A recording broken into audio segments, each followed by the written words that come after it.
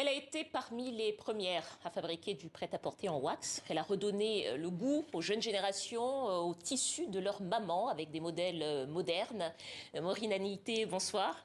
Soyez la bienvenue sur le plateau du Journal Afrique. Merci. Vous êtes la directrice et la fondatrice de la marque Nana Wax, que beaucoup de nos téléspectateurs connaissent déjà et qu'on ne présente plus. Alors c'est la première grande maison, je le disais, de prêt-à-porter africain. On voit quelques-unes de vos créations. Peut-être vous pouvez nous raconter un petit peu l'histoire, l'aventure de cette maison Nana Wax. Ça a commencé en 2013, je crois. Ça a commencé en 2013 et c'était pas un projet qui était là pour le long terme. C'était juste pour les vacances, vendre quelques vêtements pour se faire un peu de sous pour payer mon stage que je devais faire en Bulgarie. Et ça s'est transformé en une grande entreprise 10 ans après où j'ai plusieurs boutiques dans plusieurs pays. Qu'est-ce qui a fait que vous avez trouvé le truc, d'abord qui a fait que ça a marché et qui vous a fait rester dans cette activité-là?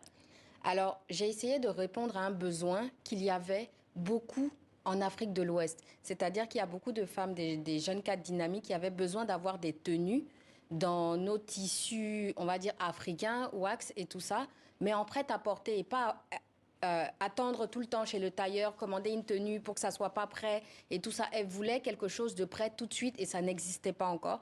Et j'ai su voir ce besoin et pallier à ce besoin. Et ensuite, j'essaie de me renouveler vraiment à chaque fois, d'améliorer le service, le packaging. En fait, d'essayer toujours d'être dans l'air du temps pour que 10 ans après, ça puisse continuer. Alors justement, ce qui a fait le succès de votre marque, et on va sans doute voir encore quelques modèles, quelques photos de vos modèles, ce sont des coupes particulières qui existaient très peu au fond.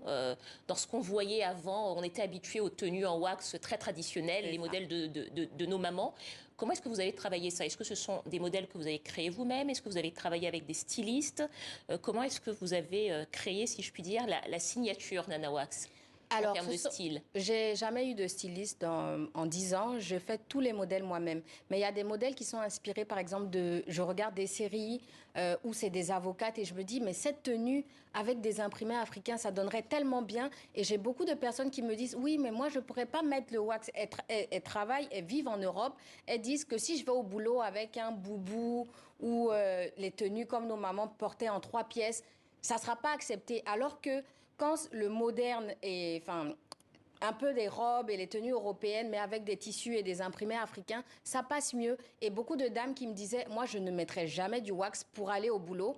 Ce sont ces femmes-là qui sont les plus grandes clientes de Nana Wax parce que j'ai su allier, on s'entend, l'imprimé de nos mamans aux réalités d'aujourd'hui et du moment. Justement, à cette époque-là, Maureen, il y avait très peu, vous le dites très bien, de jeunes femmes qui se voyaient porter du wax. Vous étiez vous-même une jeune femme à cette époque. Oui.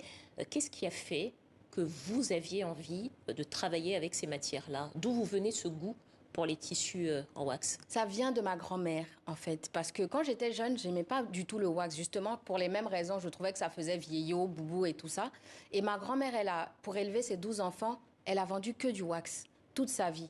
Ma mère, elle était hôtesse de l'air, mais elle vendait un peu de wax. Donc, j'ai vraiment eu l'amour des anciens motifs et j'ai toujours aimé ça. Et quand j'étais étudiante à Paris, il y avait des soirées des fois et j'aimais toujours avoir ma propre touche. Et donc, je faisais certaines tenues pour moi, pour aller en soirée. Et ce qui est marrant, c'est qu'à cette époque, quand je faisais des petits bustiers ou des petits shorts en wax, personne ne portait ça. Et je me suis fait recaler à des soirées plusieurs fois à Paris parce que j'avais porté du wax. Et ces mêmes soirées, par exemple, où j'étais recalée, quelques années après, on commençait à faire des soirées thème wax parce que c'est devenu à la mode. Donc, c'est quelque chose que j'ai vraiment toujours aimé pour moi. Et que vous avez su transformer. J'ai su transformer, mais je ne me voyais pas commercialiser et transformer ça comme un travail. En quelques mots, peut-être, ce que représente la marque Nana Wax aujourd'hui. Vous avez combien d'employés, combien de points de vente? Vous êtes installé où essentiellement? Alors, en point de vente, j'en ai 6. Je suis au Bénin, au Togo, au Sénégal et en Côte d'Ivoire. Et je fais beaucoup de ventes en ligne en France et aux États-Unis, mais même beaucoup plus aux États-Unis. Et en employés, j'ai plus d'une 50aine en permanence dans les magasins. Et ensuite, j'ai des employés qui sont en freelance ou en fonction des saisons, mais sinon une 50aine d'employés. Il y a assez peu aujourd'hui encore de marques de prêt-à-porter africains. Est-ce que vous pensez qu'il y a une tendance à prendre dans cette direction et qu'il faut davantage industrialiser ce secteur d'activité? C'est simple. Ça fait 10 ans que je suis dedans. Ceux qui ont réussi à arriver au stade où je suis, c'est des gens qui ont dû délocaliser. Moi, mon rêve au départ, c'était faire du Made in Africa. Pour moi, au départ, tout Nanawax était produit en Afrique, en Côte d'Ivoire, au Bénin. Est-ce que c'est le cas aujourd'hui? Vous Non, produisez tout en Afrique? non, c'est plus Comment le cas vous faites? aujourd'hui parce que si vous voulez évoluer, si vous voulez suivre la demande du client avec les réalités locales, c'est pas possible. Je donne l'exemple de cette veste que j'ai portée aujourd'hui.